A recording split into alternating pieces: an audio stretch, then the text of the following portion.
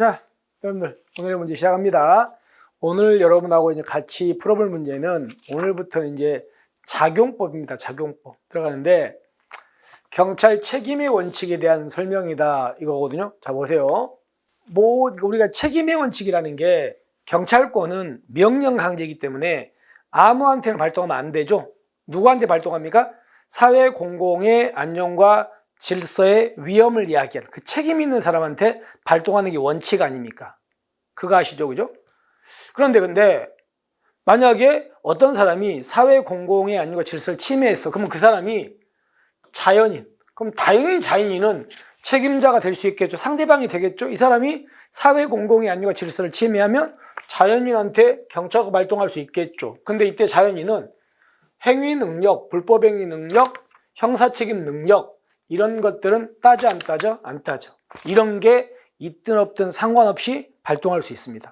그러니까 외국인에게도 발동할 수 있는 거죠. 공공의 안녕과 질서를 침해했다면. 그 다음에 야 여기 법인, 그러니까 자연인뿐만 아니고 여기 법인도 경찰권 발동은 상대방이 될 수 있습니다. 그리고 여기는 권리 능력 없는 사단도 다 될 수 있습니다. 그래서 이건 맞는 질문.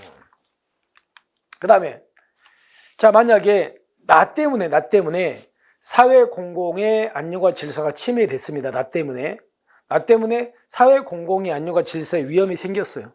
근데 나는 위험을 발생하려는 고의과실이 없었어요. 고의과실 없어.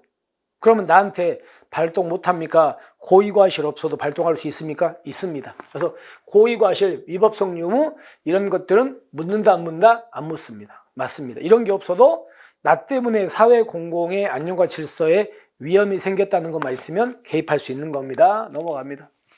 그 다음에 여기서 이제 나의 행위가 아니고요.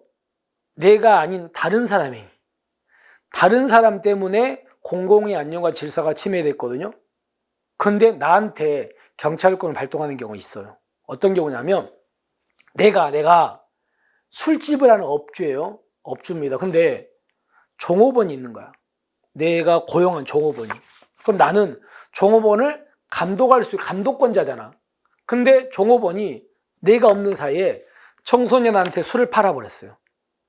그러면 사회 공공의 안녕과 질서를 침해한 사람은 내가 아니고 종업원이잖아요.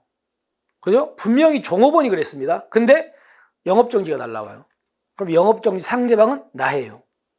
나는 내 행위예요. 종업원 다른 사람 행위요? 다른 사람 행위야. 근데 나한테 날라와. 이런 걸 우리가 이런 걸 지배자 책임이라고. 왜 그러냐면 나는 그 종업원을 지배하는 사람이에요. 감독하는 사람이에요. 그렇기 때문에 내가 책임자가 되는 거예요. 다른 사람의 행위지만. 근데 내 행위는요. 나는 내 종업원이 술을 팔았다는 말은 내가 어떠냐면 종업원을 감독을 잘 못한 거 아닙니까? 그러니까 술을 팔았겠죠. 만약에 내가 감독을 제대로 했다면 술 안 팔았을 거야. 그러니까 나는 종업원을 감독을 제대로 못한 내 잘못이 있는 거 아닙니까? 그러니까 지는 거니까 자기 책임이다, 제위 책임이다, 자기 책임. 내 잘못이 있으니까 지는 거니까 대위 책임이 아니고 무슨 책임이라고요? 자기 책임이다. 이렇게 나오는 겁니다. 자, 그럼 정리합시다. 내 행위가 아닌 다른 사람의 행위로 인해서 위험이 생겼는데 나한테 발동될 수 있습니다. 그걸 우리가 지배자 책임이라고 하고 지배자 책임의 성질은 내가 감독을 잘못해서 그런 거니까 자기 책임이다. 아시겠죠? 이렇게 가는 겁니다. 잘못됐습니다. 그 다음에 경찰권은 원칙적으로 위반 상태에 대해서 책임 있는 자에게 발동되는 게 원칙인데 예외적으로 책임이 없는 제3자에게도 발동되는 경우도 있어요? 없어요? 있습니다. 그죠?